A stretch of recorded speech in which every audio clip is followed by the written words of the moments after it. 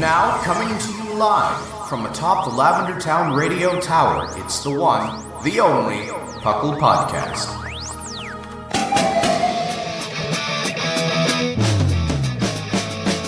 It's PUCL! PUCL!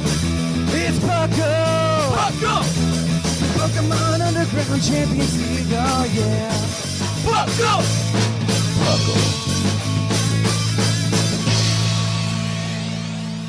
And welcome to the 415th episode, part 2 of the PUCL Podcast. I am your host, Trainer Thatch. Here today with me is just the most knowledgeable man ever, R. Sigma.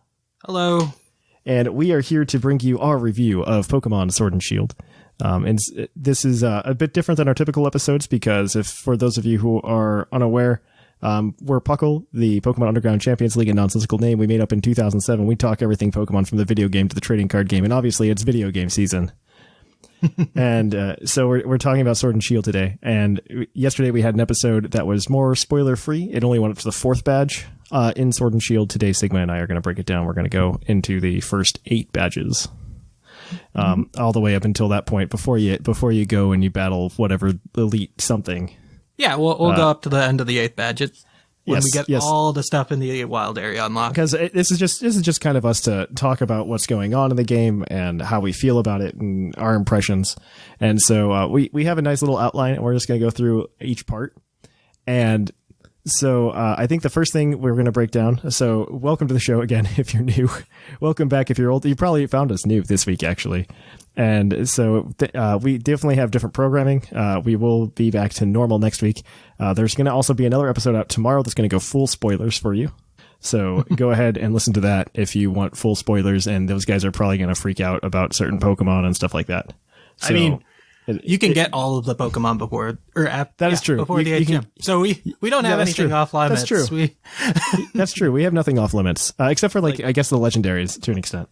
Yeah. There's that's it. Yeah, that's it. But on that note, let's just jump into it because it's me and you. I feel like you and I have you and I are on the same page with. I want to preface this with the lens that I am personally looking at it through. The lens I'm looking at it through because I am not the biggest fan or supporter of Dexit in quotes. I do not support it. I do not think it's a good decision, but because we run this podcast, I did purchase the game just so we could stay relevant and we can have fun with the community. Because I really do appreciate the community and I like what we've built here. And it's still a Pokemon game. So I knew I wasn't going to hate it. Right. Yeah. There's a certain floor that a Pokemon game has. Yeah. And I think you and I talked about this a lot beforehand. Particularly, we both said that, we wanted to give it a shot. Mm-hmm. We want to see what a world without all the Pokemon is like. Yeah, because it's not too different from what we've had before in some cases, like before Bank and XY, or we just knew they were coming true. At some point, though. Yes, I think the difference also is that we've had something similar to this happen, and in other things, and I think that's where we are with it.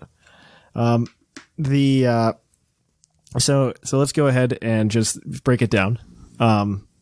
And I want to just put that lens there so people know that I do have some inherent bias. And I'm probably going to be looking at this game a little bit more critically than I would any other game in the series. Because the big things that I really want to hit on, I have an outline. And at the end, I really want to go in and just kind of compare it to previous Pokemon games and see how it matches up. So first, the introduction. I would say the first 2 hours of the game up until Wild Area. I think that's what I want to talk about here, Sigma. Yeah. And I'm sure you have a very similar impression. Yeah, probably. Yeah. So I'll just go ahead. So my impression 1000% after, because I followed the news obviously, and I went into a lot of it, and I saw that there was no tutorial, and that tutorials were skippable. And once I played the game, I feel very lied to after that, because I don't know how you play the first 90 minutes of that game. And you probably just make it to the wild area, and it's not your fault. Mm-hmm. It is definitely the game, because the first 90 minutes is the trainer school from Sun and Moon, no matter what way you put it. It is the trainer school from Sun and Moon. I feel you probably feel the same way. Yeah, it gave you a little more agency. I like how they tried to teach you about how type effectiveness works with the hop battle. Instead that was good. Yeah, like you KO the Wooloo, you level up, you get your type advantage move instead of how it's been lately, where they just give you the type advantage move to start with. I thought it was a really fresh take on that, and I really like that. I did really like that part, but the problem with it was still that, like, I don't know, Sun and Moon had a lot of cutscenes. Yeah. But I think this one had more cutscenes. It might have. I think it had more cutscenes. Maybe it was more, but they were shorter. I think that might be the only difference. Like I haven't finished the game. I think you have. Yes. But the one thing that really disappointed me from Sun and Moon was like the 10-minute cutscene at the end. And I'm hoping we don't have that again, but you can don't tell me. I want to be disappointed on my own. But yeah, introduction. And so that's kind of I wasn't very thrilled with it. I was very upset by it because I had been like gearing up to being like, man, this is going to be great. I can skip the tutorial. And like, at least I did get to skip like the teach me how to catch a Pokemon and teach me about type effectiveness, teach me about the Pokedex, you know? Yeah. But it didn't really speed things up. Yeah. Go ahead. Yeah. And it didn't really, it was nice to have so many Pokemon to catch right at the beginning, especially new Pokemon. Like Route 1 was covered in new Pokemon. I think they had 4 or 5 Pokemon on that route. Yeah. And most of them were not revealed officially either. It's like Wooloo. Yeah, that was very good. It was like Wooloo, Blipbug. Rookity was there. Rookity was there. Rookity was great. I love Rookity. Nicket's there. That is a very terrible name on so many levels. And then I think there's also one more. I forget who it is though, because there are 5. Because you get 5 Pokeballs, so you can like catch one of each essentially. Yeah, on that first route. Because I caught the glowing aura Rookity instead of a Wooloo my first time through. Yeah, that's cool. Yeah, that was probably one of the more frustrating things. Like, you get those 5 Pokeballs, but you can't beat them. You can't buy any more after that for a little while. It's also just kind of shoved in there, and you don't realize you get those 5 Pokeballs. So. Yeah. So, yeah, I didn't realize it because I was just trying to get through because, honestly, my least favorite thing is tutorial in these Pokemon games. Like, I remember being visibly frustrated during the Sun and Moon Trainer School. And then again, when Ultra Sun and Ultra Moon came out, visibly frustrated by Trainer School. And that honestly is just one experience that really kills the replayability for me in those games. Is just because I'm like, oh man, I really don't want to go through 2-hour Trainer School. I wish it was kind of like Fire Emblem Fates, where you could like click the skip button on the first 5 chapters. You know what I mean? Yeah. And I could just be like, skip this intro. Skip that intro. Because once you hit the wild area, it really opens up the game. It really does. I think let's just skip over to that. So Wild Area, I think, is hands down the reason to play this game. Like, hands down. I am sad. I would give it like perfect 10 out of 10. But there's several things that I think are problems with it. One, I think they memed in the tray texture, from June. I really do. Because on Reddit, people have shown that you can just swap the textures in the code and it fixes it. And they literally just did it, and it took them like 5 minutes to swap the textures and fixed all the trees. All the trees look better. After reading the Gen 7 Pokedex entries, I believe that. I believe they just memed it. I honestly believe they just memed it hard. And the other one is, I think that they just meet, so with the tree textures, I think that's one part. And then the other thing is there's like, if you're online in the wild area and then weather happens, the game chugs like crazy. Like I'm not one that really cares about game lag typically, but this was like noticeable and affects my experience. My game has crashed in the wild area before. Really? Like, wow. It just shut down. It's like, sorry, we can't run this anymore, and just exits out of the game completely. And so luckily, autosave was on, so I didn't lose much progress. But I am a real big proponent of like everything that happens in this game in Wild Area and everything. Like, I think Wild Area is probably the best part of this entire game. Yeah, and I hope they can figure out how to fix it and make it able to go in future games without like feeling awkward. Like, yes, I think so. I think what they have to do is wild area I think is underutilized personally in this game. Oh, definitely. I think it's underutilized. I think it's not that I want every route to be that like this because I do appreciate traditional routes, but I wish that it connected more towns together than like the 3 that it does. And I really wish it was like, oh hey, you need to go this way in the wild area. And maybe even like have some roadblocks. Like, don't give me access to the whole thing right away. I was amazed you could go across that bridge right away. I was expecting something to be blocking it. Yeah, I was hoping that they would block something so that it's just like, oh, you can't explore the whole thing yet. There's still more to discover. And it's like, oh, cool, let me go do the story. But no, it's like, hey, let's go do raids like right now, and nothing else. So it was a little awkward for me. But other than that, I think wild area hands down best part of this game. Like solid, probably with all of the issues that it has right now.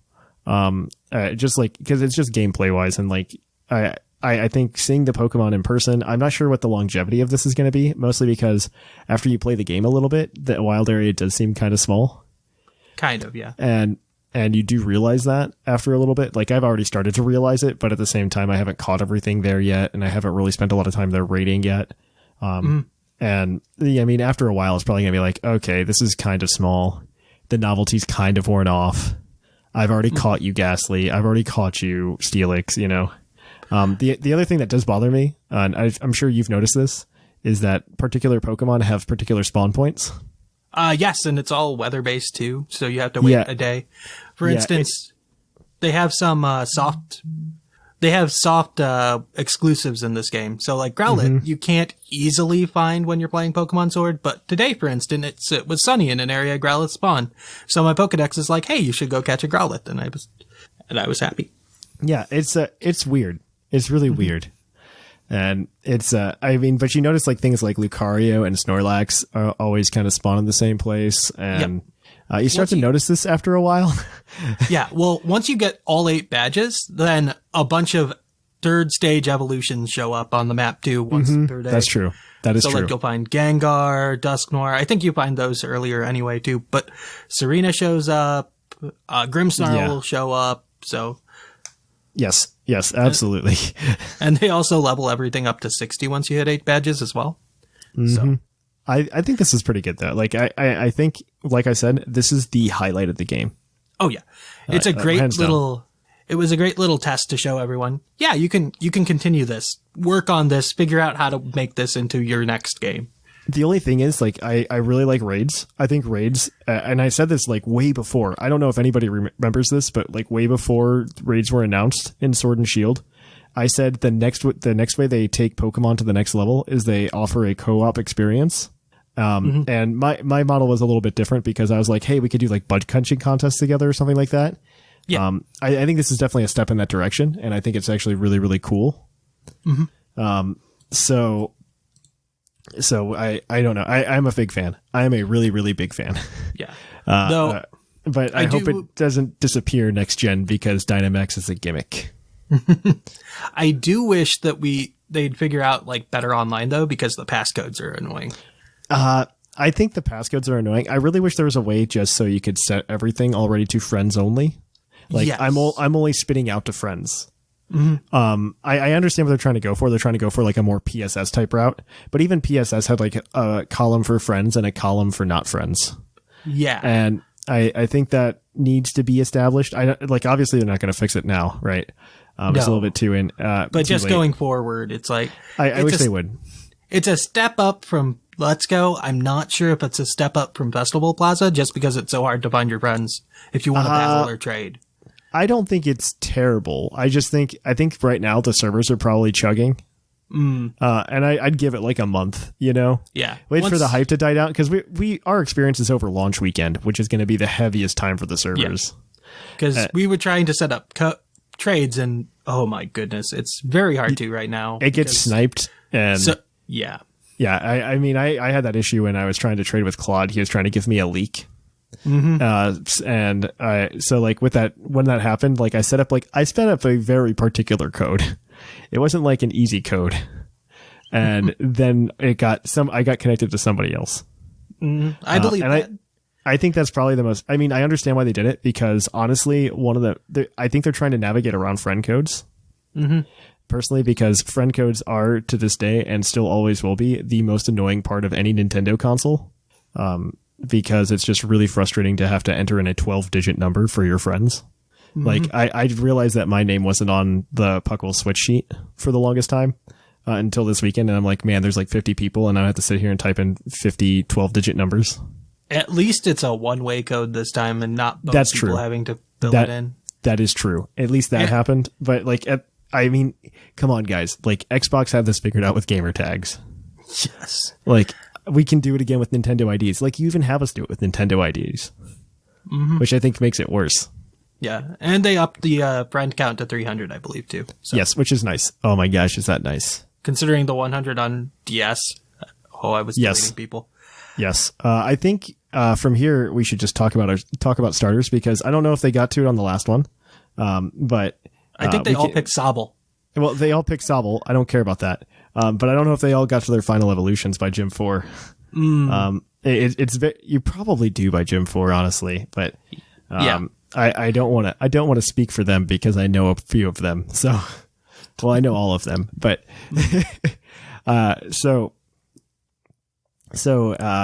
who did you pick? I know it. I know who you picked actually, but go ahead. I picked Score Bunny, and the starter is fine. It's very fast and very high attack, and its signature move is very strong in that it's like 120 base power with 90 accuracy physical attack. Wow, so, that's nice.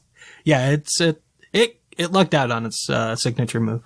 Yeah, so I started with Sobble, and so I ended up with Inteleon. And I thought Cinderace was the final. The only thing that I think is really cool about Inteleon is like it is. I'm a little bothered by it too, because they used to come up with like really cool and like descriptions for biology, and I don't know what the description for biology with Inteleon is, because it shoots the water out of its fingers so that it can be a spy and it can like make finger guns. And that's the whole point. And it gets signature move is Snipe Shot, which is like, I think it's 80 base power. 80, and it like avoids redirection, I believe. It avoids redirection, which is okay, kind of. I mean, I don't know who has redirection this gen, to be fair. I think it's like Clefable. There's Clefable, Togekiss. Yeah, I don't know who else gets Follow Me this gen. Because I think Rage Powder's out with Amoonguss being gone. And so that I find a little weird, but it could work. I don't know. It's a cool move, like just the animation, because I know Cinderace also has like a cool little custom animation for the signature move. The custom animation for those moves are really well done. Compared. And then the other one's Rillaboom, but neither of us picked it, so who cares? No. How do you feel about the monotype starters again? I'm not a fan. Like I'm not a real big fan of monotype, like Final Evolutions, because we just came out of 2 gens with like fantastic dual typing, like 2 gens, like Gen 6 and Gen 7 were both fantastic. I think they kind of did it because okay, so like a lot of this game and a lot of what's in it, because we're about to get to some not so great things about this game. Granted, it's still a Pokemon game, and I do want to make that clear, because there are plenty of like battling Pokemon and catching Pokemon are just fun. But there are definitely some bad things about this game. That I do want to kind of complain about like a little bit. But in terms of monotype starters, I think it's because my theory, and this is probably wrong, but my theory and my headcanon for it, so I don't feel like it's a terrible decision, was that it's a new art director. So they were kind of like, hey, just make the monotype all the way through. It's your first time. Make it work out. Right. I could see that being a possibility, yeah. Because I think even in like Gen 1, I don't think Charizard got the flying type until yellow version. I think it had it, but I don't remember. You could be completely correct. I mean, Bulbasaur had poison all the way through, so it did, but I think that was because every grass type Pokemon had poison in Gen 1. Except for like Tangela. I think every single grass type Pokemon except for Tangela had it. And Executor. I think those are the only 2. Only 2 lines. I think so, yeah. Yeah, because like Bulbasaur, Oddish, Bellsprout. Yeah, it's pretty bad. But outside of that, I don't know. I think that's probably why. I don't know. How about you? How do you feel about the monotype? I was really disappointed when we saw that come out like leak night. It's like, oh no. I would have preferred firefighting to that. Honestly, you're not wrong. I would have preferred that. It's been a long time since we've had a firefighting type. I don't hate them. I think it would have been interesting because, like, you can kind of see in each of the designs, like, a second typing almost. You know what I mean? Yeah, like, I could see a ghost type on Inteleon. Exactly. I could see ghost type on Inteleon very easily. Cinderace, I feel like you could, if you change the design, like, a little bit, and I said this a long time ago, you could make it fire electric, and that'd be really cool. I would have been a fan of that. I think it'd be really, just like as a cool typing, I think it would have been really, because, like, you could have him be the Energizer Bunny that kicks soccer balls. Like, it's amazing. And then Rillaboom is probably the only one I can see being, like, straight grass. You can maybe give him a fighting typing. Fighting typing, dark typing. Dark might have worked, actually, too, yeah. Because they give it knockoff through level up. So yeah, I think that would have been really cool. Like, all of that would have been really cool. I think it was missed opportunities, but I think it was, I don't know, a lot of this game feels like they're kind of playing it safe. Yeah. And they had a lot of, I feel like there's a lot of unfinished ideas as well. And I think that, I guess this is a good segue to story now. To story and the gyms, because I'm going to be flat out honest. I dislike this game story wise for the most part. I really dislike it. Just because, one, it's very monotonous, because Team Yell isn't really an evil team. They're just like battles you have along the way. I mean, there was a point in the story where they're blocking a bridge and a grandma's walking by and they're like, oh yeah, you can go by. You're not a challenger. That was kind of silly. That was like the silliest thing. Yeah. It's like they are a nuisance to only a very specific small group of people. And that's you. Mm-hmm. And I didn't feel like one, they're an evil team. I just thought they were a group of people who were doing shenanigans. Like, they were kind of like Team Skull light. Yeah, they were Team Skull too. It's like Team Skull wasn't not evil enough. So yeah, and Team Skull was more evil than Team Yell. And I don't think Team Yell really got its fleshed out like arc or anything, which is really disappointing. I think they did a good job with Bead. I think Bead is probably the only of your three rivals that like really got fleshed out well, and he had like a really cool arc. At least thus far, because I know there's an ending part that you guys get to fill out. And I don't want to spoil it, but up until the 8th badge, it's pretty well hinted at. I think it's a good arc. I like the arc. Yeah, from the end of the 3rd badge up to the end of the 5th badge, I think that was a very fun arc to watch Bead go through. I think Bead had a really good arc. Marnie, I think, needed fleshed out more, because this is going to get to my least favorite part. So most of the gyms, I think, are done okay. Like, I think Turffield Gym is fine. I think Hullberry Gym is fine. I think Motostoke Gym is fine. I think those honestly are the 3 best gyms. I think so. You played Sword, right? Yes. Yeah, I played Sword, but they're the exact same puzzles. Sorry. Yeah, no, but when I talked about the 4th gym, you get Bead, and I get Alistair. I get B, you get Alistair, but it's the puzzle's the same. Is it really? Do you still go in a pot? It's going in. Yeah, the teacup going down the pachinko machine. I was very disappointed. They reused that. Yeah, the same thing with the 6th gym where you're in like the snowfield, where we're in a sand field. What? I was disappointed. What?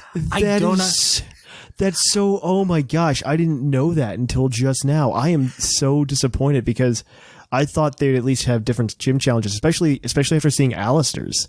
Because they were pushing it so hard that they're different gym leaders, and it's like, and that's the only difference. Well, because I saw Alistair's gym, and like you get into the cup, and I go, oh, Poltegeist is a ghost type Pokemon. And the cup you get in looks like a Poltegeist pot.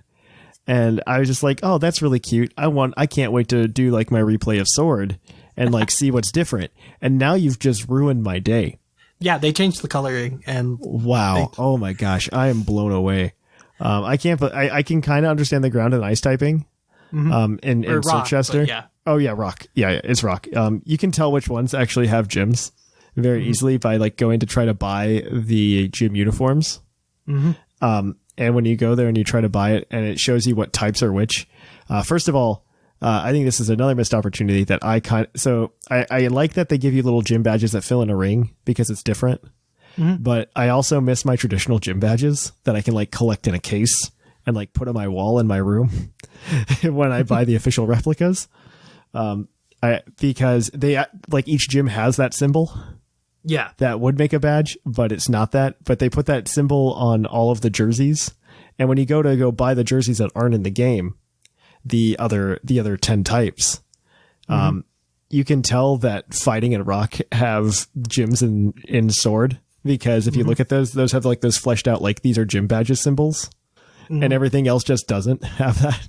Everything else is more overly designed. Yes, exactly. And so you can tell. That's also how you can tell that there's a dark type gym, like right away, because they were just like, hey, dark type gym, first one ever. I did like the introduction back at the beginning of the game, where you go to the ceremony and watch all the gym leaders walk in. That was really cool. It's like, here are the bosses you have to beat. Yes, I thought that was cool. I think a lot in the early game was very well done, minus the constant hop battles. Because you do battle hop, like this is no joke. Like and they probably complained about it last game, or last show, but you battle hop so many times. I battled hop 4 times and had 1 gym badge. My favorite hop battle was after the 5th gym, when you walk out of, what's it called? Hammerlock to the right. He battles you again, I believe. And he's like, okay, we'll battle again after the battle in Sirchester. Yeah. It's like, oh, cool. We're scheduling our gym battles now. Our rival battles now. That's great, Hop. Thanks. That's nice. But it's so many battles with him. I think I've had all the badges, and I think I've battled him 9 times. Sounds about correct. I think so. There's so many. It's so many that I don't remember. I did like the hop battles in the middle where he's depressed because he was crushed utterly by Bede. Yes. And he's like, I need to change my style completely. And he goes into like a soul searching mission, which is like this really weird middle arc, which is kind of cool. And I wouldn't have been annoyed with it had I not already battled him like 6 times prior. Yes. But like I was ready to battle him in Stow Inside. And it's like, okay, so he starts with Wooloo. Let's go, Cinderace. You're going to double kick it. And then Cramorant shows up. It's like, oh no. Oh no. Yeah. He just has a completely different team for like 2 battles. Yeah, it's like, is this an imposter hop or something? Yeah. I did enjoy that. Like, it was really nice. Maybe it paid off because I battled him so many times, but I was just so tired of battling him. I also think the cutscenes in this game are atrocious. A little bit. Because there was a moment in Hammerlock. I forget when in Hammerlock. I think it was right before the 8th gym. Something like that. So, I was really, really annoyed with I had a cutscene. I think it was right after I got the 8th badge, because you have because you have this weird Sonia moment where Sonia becomes the professor, and because there wasn't a lot of development, you don't feel anything, which made me sad. Because this leads to another complaint in the story that I have. I wish I had good things to say about the story, but the wild area is cool. I promise. The wild area makes it worth playing. Yes. And like I said, I think the game's super front loaded. And if you play in like the first 3 gyms, I think it's a fantastic experience. I think when you get to the later gyms, that's kind of when everything starts to fall apart. And it makes me think that things were kind of rushed a little bit in this game. Yeah. Because after the first 3 gyms, there was like the Opal arc, and then then it was the Team Yell arc, and then you battle. Yeah, the Team Yell arc is kind of weak. It was awful. We'll get there. But there was a moment after I got the 8th badge where like so you run into Sonia, and I'm gonna put a check mark there because we're gonna talk about why I dislike the Sonia stuff here in a second. And then we're gonna take a look at. But then like you do that, and then you like walk 3 steps, and then you hit Leon. And then Leon talks to you, and then you walk another 3 steps, and then Hop talks to you, and then you go another 3 steps, and then Hop battles you. It is the most frustrating experience I have ever had, because it's just like, because the one thing I really like about Pokemon is I like having agency. I like being able to do things and go play Pokemon. I like being able to go out and explore the routes. I like being able to explore in Pokemon, and they just kind of take that away in those moments. Mm-hmm. And I'm very frustrated about that. Have you seen that? You've definitely seen that part. Yeah, I've gone through that part. And how do you like that? How do you like those cutscenes? I think they could have been paced a little better there. Yeah, they were just not paced very well, in my opinion. It's not saying that there's not a story, but it was awful. That's around the same. And right after that hop battle, let's see, earthquakes happen again, and they're like, no, you guys go on. Yes. This is for the adults to deal with. Oh my gosh. So I think that's a really big theme in most of this game, is that a lot of things outside of the gym challenge happen around you and not with you. So I'm going to just do some compare and contrasting with some past Pokemon games to kind of illustrate what I mean. So back in Gen 4, Professor Rowan goes, "Hey, we need more information on what's going on. Can you go to Canalave Library and go look this up?" Right? Mm-hmm. And you go to Canalave Library, you go look it up, and then you talk to Professor Rowan about it, right? Yeah. And everything that happens with the legendary discovery throughout the story is just Sonia already doing it, and then just kind of showing it to you. And it's like, so what can we diverge from this? It's like, oh, look, it's a new tapestry. Yeah, It was so frustrating. Like, that was because it wasn't like a sense of discovery. It was a sense of watching Sonia make a discovery, which I don't think was satisfying. She wasn't an exciting character to follow. No. It kind of felt like you had an acquaintance, and then acquaintance saw you and said, "Hey, let me bounce some ideas off of you." Yeah, it's like, my grandma kicked me out. I have to go do something now. That's kind of what it feels like. And then she just latched on to like legendaries for some reason. It's like, okay. Yeah. Or Galar history. It was really weird. I'm not a fan of that. And the same thing goes with a lot of plot, like you were mentioning with Leon. There are two instances where something bad happens, like there's a big boom or an earthquake, and Leon says, "No worries, I got this." Yeah, it's like, I'm the champion, I got this. I'm not Lance, I'm not going to take you into this hideout. Right? That was the comparison I was going to make. I'm like, man, if only the Pokemon Company knew how to write a story where the champion and you work together on a problem.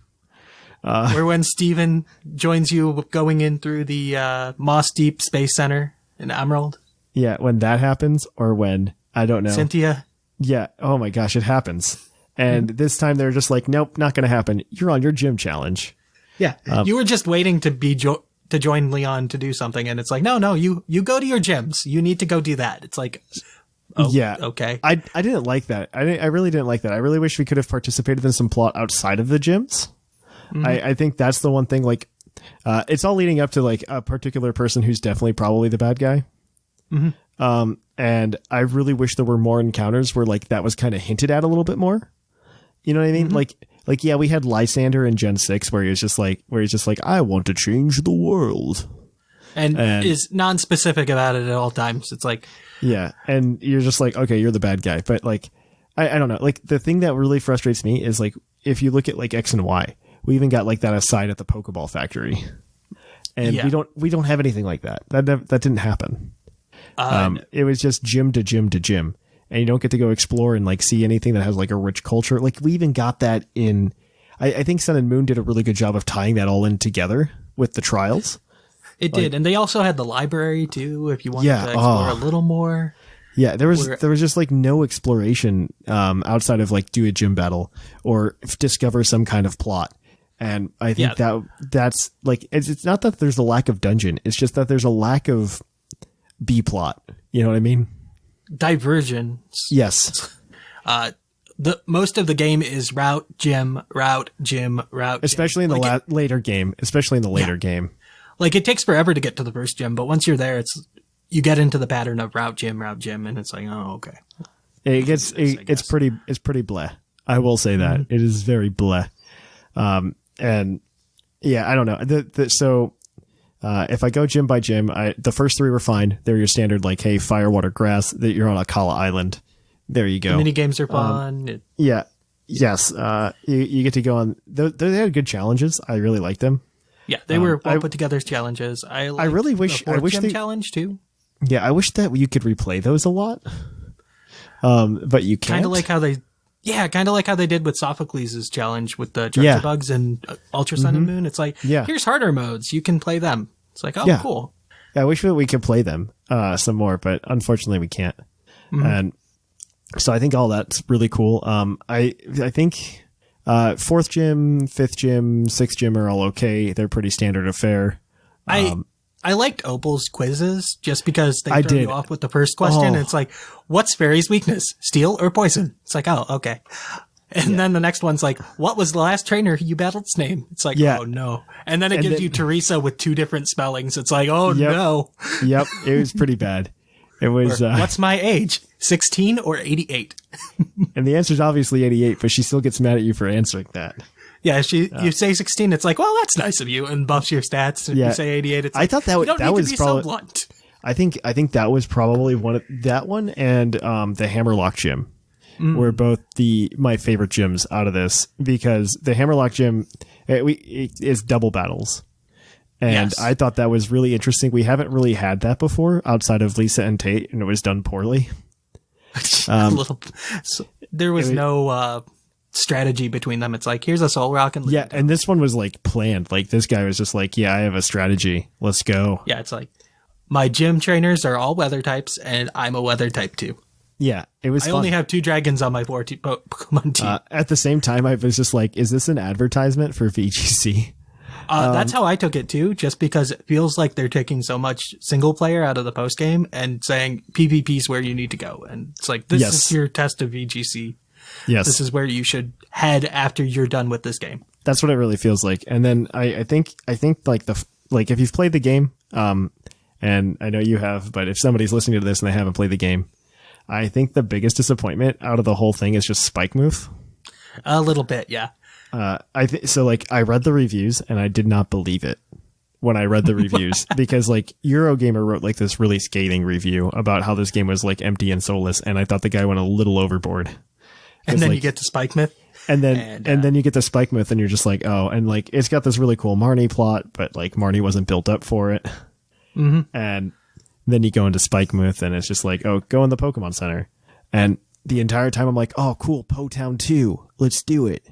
No, it's a 2D beat 'em up from the 90s where you just walk down the street and 2 people come at you at once, but you only ever battle one of them at a time. It's so lazy. And the other one runs away when you beat the first one. It's like, oh. Like the only building you can go into Spike Myth, the town, is the Pokemon Center. And when you do, you just run to the Team Yell and they take you to their gym leader, who is the only one that is the only gym that is not capable of Dynamaxing. Mm-hmm. And if there is a minor league, which the game actually confirms to an extent. Mm-hmm. I think there's a piece of dialogue that says, hey, there's a minor league as well. And like, how does this become a gym? Yeah. What is the bar? What is the bar? Right. Like we didn't need the subplot of the minor league when you could have Unova and Black 2 White 2 with a mountain that was either filled with water or a volcano. And there was no explanation for that. And you didn't need one. I don't need it. It can just be a different gym leader. I don't need too much explanation. I just need to know. I don't know. I feel like that town got gypped, you know, like especially in a game that is so quote unquote empty. You know what I mean? Because like I said, there's no Pokeball factory. There's no like a side. There's no like giant. There's no mall from what I can tell. Like most games like have a shopping center. Our dungeons, Galar Mine and Galar Mine number 2. Oh my gosh. Don't even get me started. Like that was the first thing that made me go, oh no. Like when I'm playing this game, because I was like, I was enjoying it because like it is Pokemon. You get to go catch Pokemon. Mm-hmm. The one thing that I thought was fantastic about this game, by the way, that I wanted to mention because I thought it was hands down the best thing for a Pokemon game. If you like catching Pokemon throughout your playthrough and you like trying to catch stuff, they did a really good job of like holding back Ultra Balls until you beat like the 5th gym. Yes. Which was the best because it made you use Great Balls forever. I was using a lot of net balls. Yes. For bugs. Yeah, you have to. I thought that was the coolest thing though, out of the whole experience. Luckily I've graduated to repeat balls now, but I thought it was a very, very cool design choice in the game. Like that was the one thing that I was just like, you guys thought about it a little bit. I loved going to the Pokemon Center and checking what the new item was when you beat a gym. Yeah. It's like, is it Ultra Balls today? No. Okay. Yeah, that's what I kept remembering. I'm like, where are the Ultra Balls? Get me the Ultra Balls, please. Yeah, because the Pokemon levels kept going higher, and they do get pretty high too. I am very impressed by that as well. Like, because after 8th gym, like your Pokemon are like level 50. Mm-hmm. And yeah, this is no Johto. This is not Johto, and like the root Pokemon are still in like their 40, like low to mid 40s, and I assume because I haven't gone to Route 10 yet to like essentially go to Victory Road. I'm assuming that when I get there, it's going to be something on the same order of like high 40s or something like that, and it's really like the leveling is very good in terms of wild. And I know there are a lot of reviews, and I want to just clear this up. that there were a lot of reviews about saying like, oh, the leveling's broken. And honestly, it's not. It can be as much as you want it to, depending on if you raid and use the candies. But you aren't forced to use the candies, and you don't gain XP if you're just battling in a raid. So this 100%. I think, is there anything else we want to talk about? Because we're at like 40 minutes. Because we talked about most of it. Yeah, I think I'm pretty happy about what we've covered. I think the last thing, Dynamax and Gigantamax, how do you feel? Well, I thought it was going to be okay, but it seems it's kind of broken because apparently you can use choice items and not have to be stuck into a single move. What? So, yeah, so Smogon is currently thinking about banning it possibly because you can run a choice scarf and get the speed boost and not the be stuck HP into boost. And the HP boost and not get stuck into a single move. And it's just like, oh, that's broken. That's kind of dumb. Mm-hmm. But that's bad.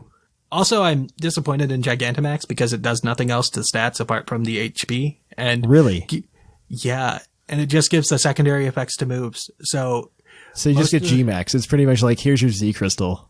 Pretty much. Except a lot of the times you're losing benefits that you care about. Like Charizard. Yeah, or Dreadnought, where your secret ability is Swift Swim, and you can't set water with your water attack anymore. That does suck. Right? So it's very, like, double-edged sword, and it's not worth it in a lot of cases, which is kind of disappointing. That is kind of... If they get... And well, no, we won't go into that one. That one's not in our 8 badges. So yes, I know what you're about to talk about, but that's okay. Yeah, okay. But I think, yeah, I'm not a big fan. Like, I think Dynamax, I think it's a cool, like, it's a fun little gimmick, especially for raids. Yeah, but it feels cool when you're battling against a gym leader and you Dynamax your Pokemon as well. I just don't think PvP is going to be as balanced as they want it to be. I don't imagine so, no. Which is, oh man, I didn't realize it does that with choice items. Welcome to VGC 20 people. It's going to be a good time. No one realized that. Oof. That's a big oof. On that note, though, I think this is a good place to end. If you like this show, or you want to listen to the spoiler episode comes out tomorrow. And if you want to get more Puckle in your life, you can follow us on Twitter, Facebook, Reddit, wherever social media is sold. Instagram, that's the other one we do. All of those links to those are in the show notes. We're Puckle Podcast at all of those. If you want to watch some of us play Sword and Shield on Twitch, you can go over to twitch.tv/the Puckle Podcast. You can also check out our YouTube channel where we're going to start putting up stuff to help you guys out with guides and stuff like that at youtube.com/user/Puckle Podcast. Where you can get TM guides and stuff like that if you're having trouble finding stuff. I think we also need to do breeding guides. I've noticed a lot of people in the community are like new. Right? Yeah. I was here in the XY days when you had to chain breed things. It's like, oh, I have a dragon. Now I have a male dragon. I can breed it onto this Gyarados to get it onto the Water 2 egg group. Mm-hmm. And then on top of that, if you want to help support the show in any way, we really appreciate it. You can go over to Twitch, drop some bits in the cup, or you can go subscribe, or you can go to TeePublic, where we got a bunch of cool shirts that you guys can wear and support Team Grookey, or Team Sobble, or Team Cinderance, I guess. I don't know. Whichever one you like. And then, of course, if you want to support the show more directly and get some goodies, such as I think soon we're going to be giving out, at least to patrons initially, 6 IV Dittos, hopefully by the end of the week. You guys can check us out at patreon.com/PucklePodcast, and jump into that $5 tier or higher, and you can get in on that action. So with that said, I think that's everything. You good, Sigma? Yeah? Yeah, I'm good. All right. So yeah, we'll catch you guys next week for a regular episode of the Puckle Podcast, where I believe it's Sublime and Basket, and we're going to talk about something. I forget what it is. But yeah, until then, here in the Lavender Town Radio Tower, I've been Trainer Thatch. I've been R Sigma. And it's closing time.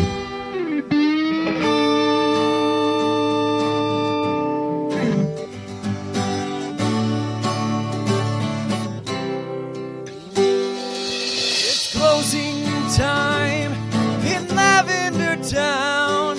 Time to say our goodbyes. Time. Farewell, my friends.